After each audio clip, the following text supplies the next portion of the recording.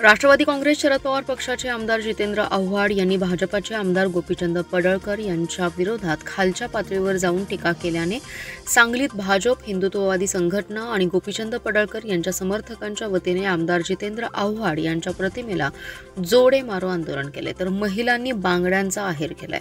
College कॉर्नरवर हे आंदोलन करण्यात आले। विधानसभेच्या सभागृहात सत्ताधारी आणि विरोधी पक्षात शाब्दिक वाद सुरू आहेत। आमदार गोपीचंद पडळकर यांच्यावर आमदार जितेंद्र आव्हाड यांनी खालच्या पातळीवर जाऊन टीका केली होती।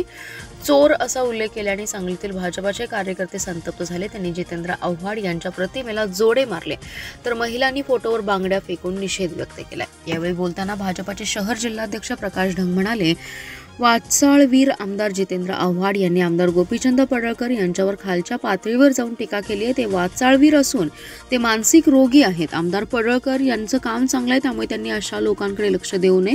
ते प्रसिद्धीसाठी काय पण बोलतात, पण हे महाराष्ट्र सहन करणार नाही। यापुढे जशास तसं उत्तर देऊ असा इशारा त्यांनी दिलाय।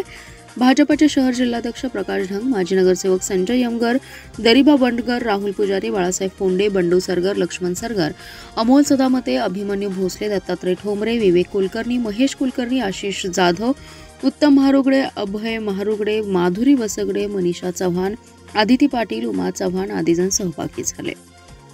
प्रस्थापित मी राहुल पुजारी, कट्टर गोपी सैनिक, प्रस्थापित व्यवस्थेच्या छाताडावर नाचून सर्वसामान्यांच्या जनतेचे, बहुजनांचे प्रश्न सोडवण्यासाठी 24 तास अहोरात्र झटणाऱ्या माननीय गोपीचंद पडळकर साहेबांचा एकेरी व चुकीचा उल्लेख ज्या पद्धतीनं जिते आव्हाडने केलेला आहे, त्यामुळे त्याला आज बांगड्याचा आहेर करून त्याला त्याच्या प्रतिमेला चपलीनं मारण्यात आलेला आहे। ही प्रस्थापितांच्या दावणीतली जी कुत्रे आहेत जिते आव्हाडसारखी, यांनी इथून पुढं मर्यादेत राहावं।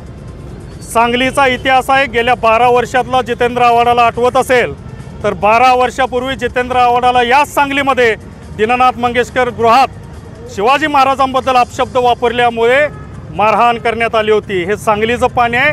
जित्या गायकवाडनं, जित्या आव्हाडनं इथून पुढं मापात राहावं व आमच्या नेत्यांच्या विरोधात चुकीचं आणि बदनामीकारक कुठलं वक्तव्य केल्यास इथून पुढं जशास तसं उत्तर दिलं जाईल, ध्यानात ठेवावं। सदरचं आंदोलन हे कुणाच्या वतीने घेण्यात आलं? हे सर्व भारतीय जनता पार्टीचे कार्यकर्ते, सर्व बहुजन समाज, सर्व गोपीचंद पडळकर प्रेमी यांच्या वतीनं हे आंदोलन घेण्यात आलेलं आहे।